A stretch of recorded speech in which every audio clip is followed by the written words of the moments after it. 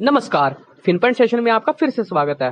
पहला अपडेट है, security and exchange board of India ने इनसाइडर ट्रेडिंग पर नकेल कसने के लिए नियमों का दायरा बढ़ाने का प्रस्ताव दिया है। इसके तहत कीमतों को प्रभावित करने वाली जानकारी रखने वाले अधिकारियों से जुड़े लोगों के समूह को इनसाइडर ट्रेडिंग में इन्वॉल्व होने से रोकना है। सेबी ने कहा कि इनसाइडर ट्रेडिंग रोकने के लिए लाया गए नियमों के दायरे में नहीं आने वाले कुछ लोगों के पास भी उन अधिकारियों या किसी कंपनी के प्रमुख कर्मचारियों से जुड़ाव के कारण अनपब्लिश्ड प्राइस सेंसिटिव इंफॉर्मेशन हो सकती है। और साथ में यह भी कहा कि इस बात की आशंका से इनकार नहीं किया जा सकता कि ऐसे लोग भी अधिकारियों या प्रमुख व्यक्तियों से अपने नजदीकी संबंधों के कारण इनसाइडर ट्रेडिंग में इन्वॉल्व हो सकते हैं। दूसरा अपडेट है, इलेक्ट्रिक कार बनाने वाली नामी अमेरिकी कंपनी टेस्ला की भारत में निवेश की ठंडे बस्ते में जाने की बात की जा रही है। लेकिन इसी बीच मामले से जुड़े सूत्रों ने संकेत दिया है कि टेस्ला के संभावित कारखाने के लिए 3 राज्य महाराष्ट्र, तमिलनाडु और गुजरात सबसे आगे है।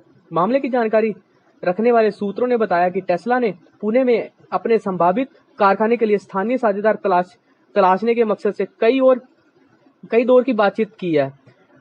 अगर कंपनी 18 से 25 लाख रुपए के मॉडल के साथ भारतीय बाजार में उतरना चाहती है तो पुणे से मुंबई और नेशनल कैपिटल रीजन दिल्ली जैसे 2 अहम बाजारों तक पहुंचना उसके लिए आसान होगा।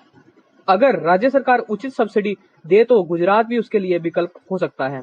तीसरा अपडेट है, हिंदुजा ग्रुप की मॉरिशस की कंपनी इंडोसिंड इंटरनेशनल होल्डिंग लिमिटेड ने रिलायंस कैपिटल के प्रशासक को सूचित किया है कि वे 2750 करोड़ रुपए कैश इक्विटी इन्वेस्टमेंट के साथ दिवालिया फर्म को अधिग्रहण करने के लिए तैयार है। लेकिन पेमेंट से पहले इंडोसिंड इंटरनेशनल होल्डिंग लिमिटेड चाहती है कि ऋणदाता और प्रशासक की भी समाधान योजना के अनुसार कुछ शर्तें पूरी करे। दिसंबर 2022 में इंडोसिंड इंटरनेशनल होल्डिंग लिमिटेड ने दिवालिया फर्म आर कैप के अधिग्रहण की बाजी जीती थी। 25,000 करोड़ रुपए का कर्ज नहीं चुका पाने की वजह से दिसंबर 2021 में इस कंपनी के ऋणदाताओं ने लोन रेजुलेशन के लिए भेजा था।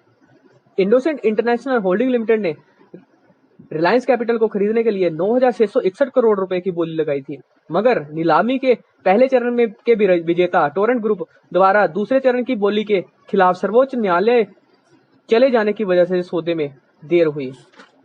चौथा अपडेट है, चीन की स्मार्टफोन मैन्युफैक्चरर वीवो हालांकि धन शोधन निवारण अधिनियम के तहत एक मामले में ईडी की जांच के घेरे में है, लेकिन कंपनी को भारत से उम्मीद बनी है। कंपनी ने ग्रेटर नोएडा के अपने नए प्लांट में स्मार्टफोन बनाना शुरू कर दिया है। यह प्लांट लगभग 169 एकड़ में फैला हुआ है। वर्तमान में उसकी वार्षिक उत्पादन क्षमता 6 करोड़ की है। कंपनी का नया प्लांट भारत में 2 तरफा दृष्टिकोण का हिस्सा है। इसके तहत यहाँ पे घरेलू विनिर्माण बढ़ा रही है, वही डिजाइन, कैमरा इफेक्ट और ओवरऑल प्रोडक्ट एक्सपीरियंस को स्थानीय रूप से तैयार कर भारत केंद्रित उत्पादों पर ध्यान दे रही है। पांचवा अपडेट है, जापान की प्रमुख वाहन कंपनी टोयोटा किर्लोस्कर मोटर ने औरंगाबाद में नए कारखाने की संभावना टोलने के लिए महाराष्ट्र सरकार के साथ एक समझौते पर हस्ताक्षर किए हैं। कंपनी कारखाना लगाने के लिए 20,000 करोड़ रुपए निवेश करेगी। इससे पहले भारतीय शेयर बाजार में सूचीबद्ध होने की तैयारी कर रही कोरियन वाहन company Hyundai Motors India Pune के पास तलेगाम में जनरल मोटर का कारखाना खरीद चुकी है। टोयोटा किर्लोस्कर मोटर ने 2023 में बेंगलुरु के निकट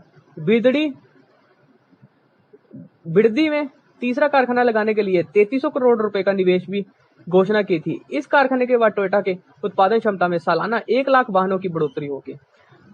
ये तो थे कुछ अपडेट। आशा करता हूँ ये वीडियो आपको अच्छी लगी होगी। वीडियो अच्छी लगी हो तो वीडियो को लाइक करना, दोस्तों में शेयर करना, चैनल को सब्सक्राइब करना। धन्यवाद।